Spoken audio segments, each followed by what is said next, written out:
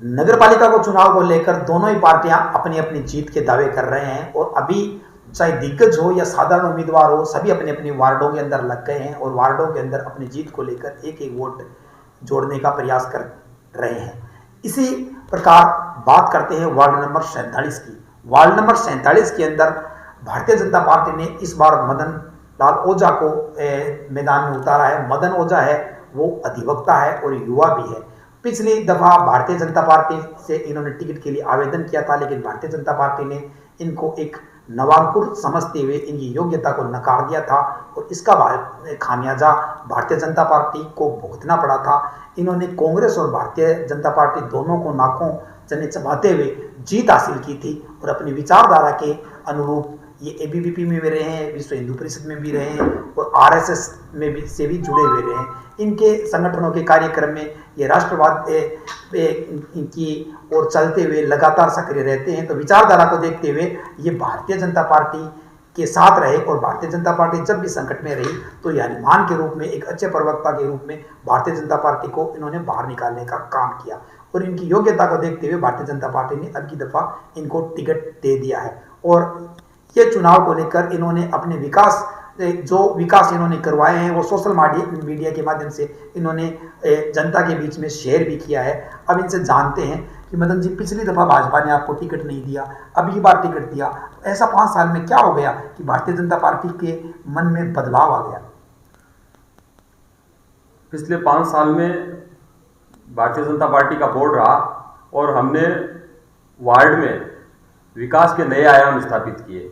जैसा कि आपने अभी कहा कि सोशल मीडिया के माध्यम से मैंने देखा कि आपने बहुत सारे काम किए हैं और इनमें से एक भी काम ऐसा नहीं है जो जनता से सीधा जुड़ा हुआ नहीं है। सामाजिक सरोकार के काम भी इसके साथ साथ मैंने किए हैं, लेकिन जो डायरेक्ट जनता को सार्वजनिक निर्माण के काम हो या कोई व्यक्तिगत लाभ पहुंचाने के काम हो, और 5 साल जनता के बीच रहने का ये लाभ है वो जनता को मिला है। और ज़्यादा से ज़्यादा प्रयास यही रहा है कि जनता को जनोपयोगी योजनाओं से जोड़ा जाए और सार्वजनिक निर्माण के काम करवाए जाए। सार्वजनिक काम करवाए जाए, लेकिन भारतीय जनता पार्टी ने अब की दफा सबसे पहले आप पर भरोसा जताया और आपने जहाँ से टिकट चाहे वहीं दे दी। और जब तक हमें जानकारी है तो 1-2 आपके मतलब बताए हुए नए उम्मीदवारों को भी टिकट दी गई है, ये कहाँ तक सच है? नहीं, ऐसा नहीं है। जिन लोगों को टिकट दिया है उनके ग्राउंड रिपोर्ट और सर्वे में भी उन लोगों पे वार्ड के लोगों ने विश्वास जताया था, उसी के अनुरूप टिकट दिया है। जहाँ तक आप इशारा कर रहे हैं वार्ड नंबर 45 की टिकट का, मैं आपको बताऊं कि 45 नंबर में जो टिकट दी है वो आदरणीय स्वर्गीय भुर्जी जाट की पौत्र वधू को दी है। उनका ग्राउंड में भी काफ़ी अच्छा वर्क रहा है। पिछली बार जब मैंने चुनाव लड़ा था तो उनका काफ़ी अच्छा सहयोग रहा था और उनके पास काफ़ी बड़ी टीम भी है कार्यकर्ताओं की, तो उसके आधार पर, ग्राउंड की रिपोर्ट के आधार पर उनको टिकट दिया है। जहाँ तक मेरे टिकट का प्रश्न है तो मैं बताऊँ आपको, मेरे वार्ड से और अधिकांश कार्यकर्ताओं ने और वरिष्ठ कार्यकर्ताओं ने यही राय प्रकट की कि मदन को टिकट दिया जाए। उसके अनुरूप पार्टी ने कार्यकर्ताओं की राय का सम्मान किया और टिकट दिया और पार्टी के सिंबल से अभी मैं चुनाव लड़ रहा हूँ। मदन जी, पिछली दफा भाजपा ने आपको टिकट नहीं दिया तो आपको निर्दलीय के रूप में संघर्ष करना पड़ा और आप चुनाव जीते। चुनाव जीतने के बाद में भी आपने भाजपा पे उपकार किया और आप भाजपा टीम के साथ रहे, लेकिन ऐसा कहा जाता है कि उसके बाद भी भाजपा है वो 2 भागों में बंटी हुई रही। सुषमा पिंचा के साथ पूरी टीम एकजुट नहीं रह पाई। तो ये कहाँ तक सच है कि उस वक्त भी मतलब विपक्ष की भूमिका भी भाजपा ही निभा रही थी? नहीं, ऐसा नहीं है। पहले तो आपने कहा कि आपने भाजपा पे उपकार किया, मैंने भाजपा पे कोई उपकार नहीं किया। मेरी विचारधारा भी भारतीय जनता पार्टी की विचारधारा रही है। हालांकि मैंने चुनाव निर्दलीय लड़ा था क्योंकि आम जनता की ये राय थी और जनता ने अपनी राय को और वोट के माध्यम से प्रकट किया और मेरे को चुनाव जिता के नगर पालिका भेजा। दूसरा, मैं आपने ये कहा कि आपने विपक्ष की भूमिका, मैंने विपक्ष की भूमिका कभी नहीं निभाई। नहीं, मैं आपकी व्यक्तिगत बात नहीं कर रहा हूँ, मैं भाजपा की बात करता हूँ। भाजपा 2 भागों में बंटी भी दिखाई दे रही थी। नहीं, ऐसा नहीं है। 2 भागों में बढ़ने का मतलब ये नहीं है कि हमारा कोई पार्टी के अंदर विरोध था। पार्टी से कोई विरोध नहीं था, क्योंकि नगर पालिका में प्रशासन का इस तरह का माहौल रहा और उन्होंने कुछ ऐसे काम किए जो हमारी समझ से बाहर थे, तो हमने उस चीज का विरोध प्रकट किया और हमारे अनुरूप फिर उन कार्यों को करना पड़ा। बस उतना ही विरोध था। बाकी हमने इस पार्टी के अंदर या पार्टी के चुने हुए चेयरमैन का हमने कहीं विरोध नहीं किया। आपने जितने काम करवाए हैं उनके बारे में हम आपसे अभी जानेंगे, लेकिन उससे पहले आप ये बताएं कि चाहे प्रशासन का विरोध रहा हो या चाहे आप भाजपा को नहीं मानते, लेकिन चाहे भाजपा निश्चित रूप से दो भागों में बंटी हुई रही थी, अगर ये स्थितियां नहीं रहती, आप प्रशासन समझे, अगर ये स्थितियां नहीं रहती थी तो आपके वार्ड में आप क्या ज्यादा विकास करवा पाते? ये सही नहीं है। नहीं, मैं ये बताऊं कि जिस तरह का विरोध प्रशासन के साथ हमारा रहा, तो उससे कहीं भी विकास कार्य प्रभावित नहीं हुए। हमने जनता के जो सामाजिक सरोकार के काम थे, जनता के से जुड़े हुए सीधे सीधे जो काम थे, हमने करवाए हैं। मैंने लगभग 26 सड़कें, 10 से ज़्यादा सड़कों का निर्माण करवाया, 16 के करीब सड़कों को रिपेयर करवाया। गिनानी नाले की सबसे बड़ी समस्या थी, उसका 95% तक काम पूरा किया। उसके अतिरिक्त व्यक्तिगत लाभ के काम थे, जैसे पेंशन का काम हो, राशन का काम हो। मैंने हर क्षेत्र में और अपने वार्ड की जनता को आगे रखा और उनके लिए रात दिन मेहनत की और उनको ज़्यादा से ज़्यादा जनोपयोगी योजनाओं से जोड़े रखा। निश्चित रूप से आपने काम किया और मानते हैं कि लगातार आप जनता के बीच में 5 साल सक्रिय रहे, इसके बजाय आपने कोई व्यवसाय या अपने करियर पे ध्यान देने के बजाय जन सेवा की, ये हम मानते हैं। लेकिन आपके द्वारा पिछले चुनाव में जो एक निर्दलीय की हैसियत से वादे किए गए थे, उसमें कितने वादे आपने पूरे किए, वो वादे बताइए। प्रतिशत के आधार पर तो जनता बताएगी। और जिस वार्ड से मैंने चुनाव लड़ा था वो अभी 2 भागों में डिवाइड हो गया है। 32 नंबर और 33 नंबर का कुछ हिस्सा मिला के 47 नंबर बन गया, 40 नंबर और 33 नंबर का कुछ हिस्सा मिला के 45 नंबर बन गया। 45 नंबर में पार्टी के टिकट से चुनाव लड़ रहे हैं और अभी काफी मजबूत स्थिति में चुनाव दिख रहा है। और उसी का परिणाम है, 5 साल हम लोगों ने जनता के बीच में रहे, जनता का हमने काम किया है, तो उसका परिणाम है कि वो टिकट वहां से जीत के आएगी। 45 और 47 दोनों जीत रहे हैं आप? निश्चित रूप से, और दोनों जीत रहे हैं, तो आपके द्वारा और आपकी पार्टी द्वारा और आपके बोर्ड के द्वारा किए गए कामों का ही परिणाम होगा। जनता वो मतलब आपको दोबारा आशीर्वाद देगी। बिल्कुल, अगर हमने जनता का कोई काम किया है, जनता के बीच रहे हैं, तो निश्चित रूप से हमें जनता का आशीर्वाद मिलेगा। जी, मुझे जहाँ तक मैं पता है आपकी मतलब 4-5 से भाजपा जो पिछले पार्षद थे उसमें आपकी एक मतलब एक मित्रवत भी टोली है। उन्होंने आपने कई नगर पालिकाओं का दौरा भी किया था, कई नगर पालिकाओं में ये देखने की कोशिश की थी कि इनके वो कौन से कार्य हैं जिन्हें हम अपने शहर में लेकर जाएं।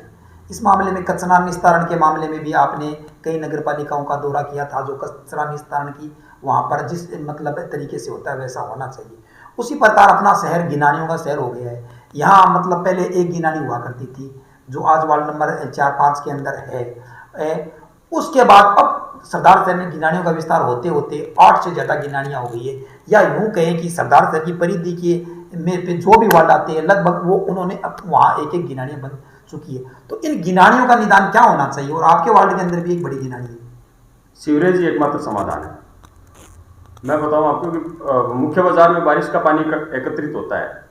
समस्या कोई नाला निर्माण या नाले की चौड़ाई बढ़ाना या उसकी डेप्थ बढ़ाना कोई समाधान नहीं है। समस्या कहाँ है मैं बताऊं आपको कि जैसे ही बारिश का पानी या डे टू डे यूज का पानी है वो गिनानी में जाएगा, तो गिनानी का तो क्षेत्रफल है वो तो बड़ा हो नहीं सकता। अभी आबादी क्षेत्र उसके पास ही है, तो उसके चारों ओर मकान बने, तो उसका तो क्षेत्रफल बड़ा होगा नहीं, ना ही उसकी डेप्थ बढ़ेगी। तो पानी जाएगा कहाँ?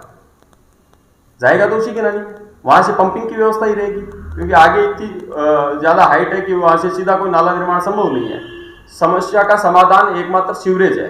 जैसे ही सीवरेज का काम पूरी तरह से सरदार शहर में पूर्ण होके और शुरू हो जाएगा, उस दिन डे टू डे के पानी की समस्या का समाधान निश्चित रूप से हो जाएगा और गिनानियां पूर्ण रूप से समाप्त हो जाएगी। जहां तक मेरे वार्ड की गिनानी का प्रश्न है, मैंने गोविंद गार्डन से सरवण रूडी और गिनानी पंप हाउस से गिड़गिचा सड़क की तरफ 2 फेज में नाले का निर्माण करवाया और अनुमानित उसकी लागत एक टेंडर की करीब 25 लाख रुपए थी, एक टेंडर की करीब 14 लाख रुपए लागत थी। और इतनी कम राशि में हमने करीब 300 मीटर से ज्यादा नाले का निर्माण करवाया। उससे आगे भी 3 मीटर डाया के जो पाइपलाइन है वो डलवाई, लेकिन कुछ हद तक उसमें कोई टेक्निकल प्रॉब्लम रहने के कारण और वो 5-7% का काम है, थोड़ा डिस्टर्ब हुआ है, जिसकी वजह से थोड़ी वो समस्या आज भी है। लेकिन मुझे विश्वास है कि उसी बजट में और आगे का जो नाला निर्माण वगैरह का जो भी काम बकाया है वो पूर्ण रूप से हो जाएगा।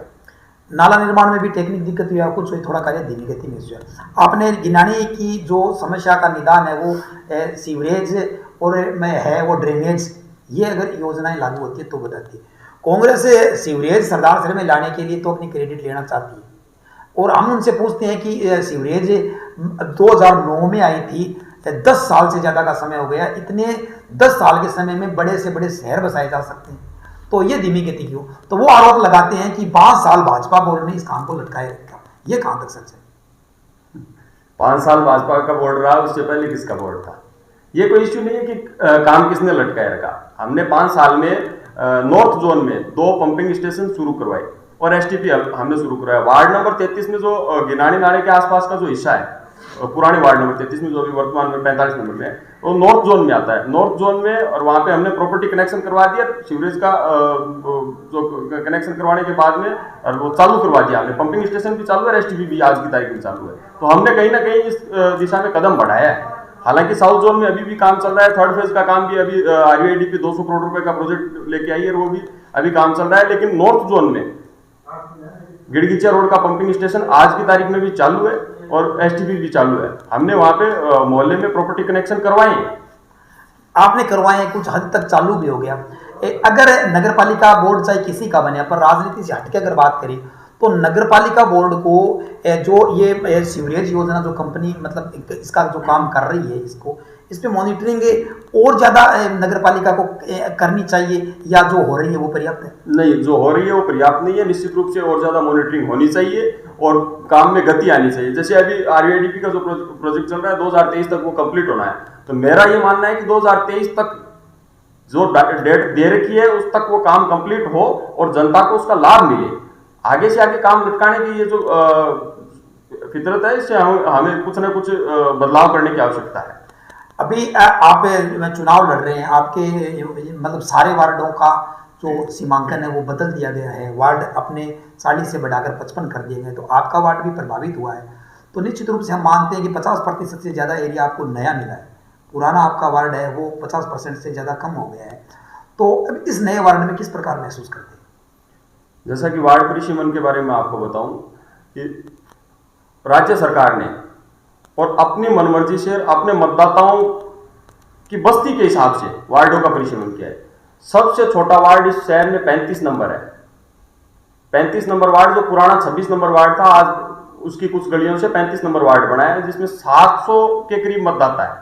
जबकि मेरा वार्ड सरदार शहर में सबसे अधिक मतदाताओं वाला वार्ड है, 2025 मतदाता आज की तारीख में। और भौगोलिक स्थिति का मैं बताऊं कि ताल से उत्तर, दक्षिण और पश्चिम, ताल से 3 दिशाओं में वार्ड की सीमा को बांध रखा है।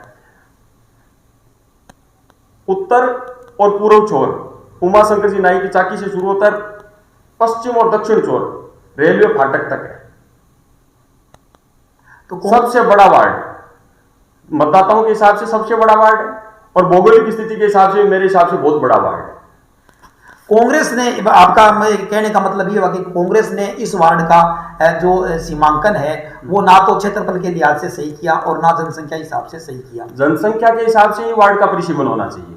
हिसाब ये है कि 2011 की जनगणना है, उसके हिसाब से आपको 55 वार्डों का निर्माण करना था, तो उसमें बराबर वोटर्स की संख्या रखते हैं। इन्होंने जहां माइनॉरिटी के वार्ड है उनमें संख्या, मतदाताओं की संख्या कम रखी ताकि उनके अधिक पार्षद जीत के आए, ऐसी संभावना उन्होंने मान के रखी थी। हालांकि ऐसा कुछ नहीं होगा, मैं ये मानता हूं ऐसा कुछ नहीं होगा। माइनॉरिटी के जो वार्ड है उनमें भी काफी कड़ा मुकाबला है। लेकिन हमारे जो वार्ड है जहां पे पीछे कंटिन्यू 20 साल से, जैसे 32 नंबर में कंटिन्यू पिछले 15-20 सालों से बीजेपी का पार्षद जीत के आ रहा है। पिछले 10 सालों से मेरे वार्ड में मेरे से पहले आदरणीय रामचंद्र जी पार्षद थे, मैं पार्षद रहा 5 साल। इन वार्डों का इन्होंने ऐसे सर्वे करके 2 वार्डों को मिला दिया।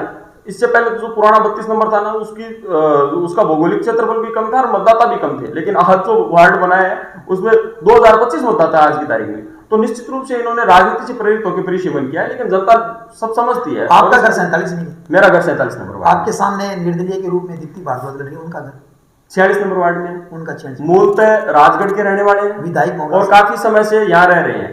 विधायक बहुलाल जी शर्मा के घर से थोड़ा आगे उनका मकान है। बहुलाल शर्मा का कहाँ पे विधायक जी का? 46 नंबर वार्ड में। उनके ठीक सामने वाली जो सीमा है वो वार्ड नंबर 47 की है। विधायक जी के जो पीठ की जो गली है ये 47 में जी जी, ये जालिया धर्मशाला वाली गली है, ये 47 में आती है। ये 47 में आती है। तो अभी आप जनता से मिले हैं तो किस प्रकार का आपको रुझान मिल रहा है? नहीं, जनता से मैं मिला हूँ, काफी लोगों से पहली बार परिचय हुआ है, लेकिन अधिकांशतर लोग, क्योंकि मैं पिछले 5 साल पार्षद रहा हूँ, एक्टिव रहा हूँ, लोगों के बीच रहा हूँ, तो ज्यादातर लोग मिलते हैं तो ये कहते हैं हाँ नाम तो सुना है, नाम से तो परिचित है, लेकिन मिलना पहली बार है। ऐसे काफी लोग हैं, लेकिन मेरे लिए मेरा जो पुराना वार्ड है 40% 45% के करीब मेरा पुराना वार्ड रखा है, बाकी नया 55-60% के करीब नया वार्ड जोड़ा है 32 नंबर। लेकिन 32 नंबर के बहुत सारे लोग मेरे पहले से परिचित है। जैसा कि आपका कहना है कि कांग्रेस ने अपने फायदे के लिए नियमों को ताक पर रखकर वार्ड काट दिया, तो क्या कांग्रेस से अपने मंसूबे में सफल हो पाएगी? निश्चित रूप से नहीं हो पाएगी। ये जनता में मैसेज चला गया है, जिस तरह का परिसीमन इन्होंने किया है, जिस तरह का इन्होंने ध्रुवीकरण करने की कोशिश की है, जनता ये समझ चुकी है और उसी के अनुरूप परिणाम आएगा। उसी के रूप परिणाम आएगा। मतलब एक सवाल हम आजकल सबसे पूछ रहे हैं, कांग्रेस से भी पूछ रहे हैं, एक हाइब्रिड फार्मूला लागू हुआ है आपकी दफा, मतलब चुनाव जीतने वाले को पार्षद जीतना जरूरी नहीं है, अगर हार जाए तो भी वो बन सकता है, और चुनाव उसने नहीं लड़ा तो भी बन सकता है, सिर्फ उसके पास पार्षद बनने की योग्यता, पार्षद का चुनाव लड़ने की योग्यता होनी चाहिए, वो आदमी बन सकता है। तो हाइब्रिड फार्मूला क्या सरदार से पर लागू हो सकता है भाजपा की ओर से? मेरे हिसाब से नहीं होगा। जनता के बीच में जो लोग गए हैं, जिनको जनता ने नकार दिया है, चुन के ही नहीं आए, ऐसे लोगों को कई स्थान नहीं मिलेगा। इस चुनाव में भाजपा आपको आंकड़ों के लिहाज से कहां दिखाई दे रही है? शहर का कुछ नहीं, पूरे नगर पालिका क्षेत्र का भारतीय जनता पार्टी पूर्ण बहुमत के साथ और अपना बोर्ड बनाने जा रही है। बोर्ड बनाने जा रही है, निश्चित रूप से भारतीय जनता पार्टी का बोर्ड बनेगा, इसमें कोई दो राय नहीं। मदन जी का दावा है कि भाजपा का बोर्ड बनेगा। तो अब आप जो मतदाताओं के बीच में जा रहे हैं, तो आप क्या अपील कर रहे हैं? मेरा अंतिम सवाल आपसे, आप क्या अपील कर रहे हैं, क्या कह के वोट मांग रहे हैं, आपका एजेंडा क्या है? पिछले 5 साल में जो मैंने काम किया है, मैं जनता के बीच रहा हूँ, जनता के सुख दुख का भागीदार रहा हूँ। तो एक चीज तो ये है कि मैं पिछले 5 साल के काम जनता को बीच में बता के और ये मैसेज दे रहा हूँ कि मैं जनता के बीच रहा हूँ। सबसे बड़ी समस्या ये होती है कि बाहर से लोग आते हैं, पैराशूटी लोग आते हैं, वार्ड के भी नहीं होते हैं, वार्ड तो दूर गांव के भी नहीं है, और एकाएक मैदान में आकर धन बल और सत्ता के नशे में चुनाव लड़ते हैं, और फिर वो 5 साल अगर वो चुनाव जीत गए तो फिर वो जनता के बीच रहने का कोई ऑप्शन ही नहीं है। मेरा ये दावा है, मैं जनता के बीच गया हूं, मैंने जनता को कहा है कि अगर मैं 5 साल आपने मेरे को अवसर दिया तो आप लोगों के बीच रहूंगा, और जो एक पार्षद की हैसियत से होने वाला काम है वो निश्चित रूप से, और आपको घर बैठे ही होगा, आपको बाहर जाने की जरूरत नहीं है। मैंने आज तक मेरे वार्ड के अधिकांश लोगों ने 5 साल के कार्यकाल में नगर पालिका का दरवाजा तक नहीं देखा। अभी जो चुनाव हो रहा है, भाजपा विकास के नाम पर वोट मांग रही है, और कांग्रेस का कहना है कि वहां पर मतलब भाजपा ने भ्रष्टाचार किया है, धीमी गति से काम हुआ है, ये कहां तक सच है? देखिए, राजनीति में इस तरह की बातें केवल मात्र अफवाह है। राज्य में सरकार कांग्रेस की, और वर्तमान में जो चुनाव है, और स्पेशली मेरे वार्ड का चुनाव, ये चुनाव सत्ता और जनता के बीच का चुनाव हो गया है। एक तरफ धनबल का दुरुपयोग हो रहा है, सरकारी मशीनरी का दुरुपयोग हो रहा है, और सरकारी कर्मचारी घर घर मेरे जो विरोध में चुनाव लड़ रहे हैं उनके समर्थन में वोट मांगने जा रहे हैं। सरकारी कर्मचारी खुलेआम घूम रहे हैं वोट मांगने के लिए। तो पूरे चुनाव में, और जो स्थानीय उम्मीदवार है वो चुनाव नहीं लड़ रहे हैं, ये चुनाव सरकार लड़ रही है, यहाँ का जो प्रतिनिधित्व है वो लड़ रहा है। पिछले चुनाव के अंदर भी कुंभाराम गोधारा जो भाजपा से उनकी बेटी चुनाव लड़ रही थी, उनकी फोटो लगाने के मामले में शिकायत हुई थी और कुंभाराम गोधारा को निलंबित कर दिया गया था। तो इस प्रकार से अगर हो रहा है तो आपको भी तथ्य सहित शिकायत करनी चाहिए। निश्चित रूप से करेंगे। हमने इस तरह के तथ्य जुटाने के प्रयास किए, और जिस दिन सफल हो गए उस दिन निश्चित रूप से हम शिकायत भी करेंगे और उसका परिणाम भी सामने आएगा। जहां तक कुंभाराम गोधारा का प्रश्न है, कुंभाराम गोधारा का एक पैम्पलेट, सिंगल पैम्पलेट, उसके आधार पर शिकायत की गई, कहीं पे भी उसकी कोई प्रति नहीं मिली, किसी घर में कोई प्रति नहीं मिली, एक पैम्पलेट प्रायोजित तरीके से, और इस प्रकार का उन्होंने प्रयास किया। मदन जी, आप कानूनी बारीकियां भी जानते हैं, विभागीय लड़ाइयां भी अच्छी लड़ लेते हैं, तो और निश्चित रूप से आप विकास की योजनाओं को लेकर भी, जैसा मैं पहले बता चुका हूं कि आपने भ्रमण किया है, तो अपने वार्ड में या अपने शहर में रोल मॉडल योजना क्या हो सकती है? पूरे शहर में जहां तक मैं आपको बताऊं कि सबसे बड़ी समस्या है कचरा डिसमेंटल करने की। डोर टू डोर कचरा संग्रहण तो हो रहा है, लेकिन उसको पहले तो आपको पता है कि पूरे शहर की जो चारों ओर की सड़कें थी वहां डालते थे। हम लोगों ने भी इसका विरोध किया और एनजीटी ने भी इसका इस संबंध में ऑर्डर पास किए।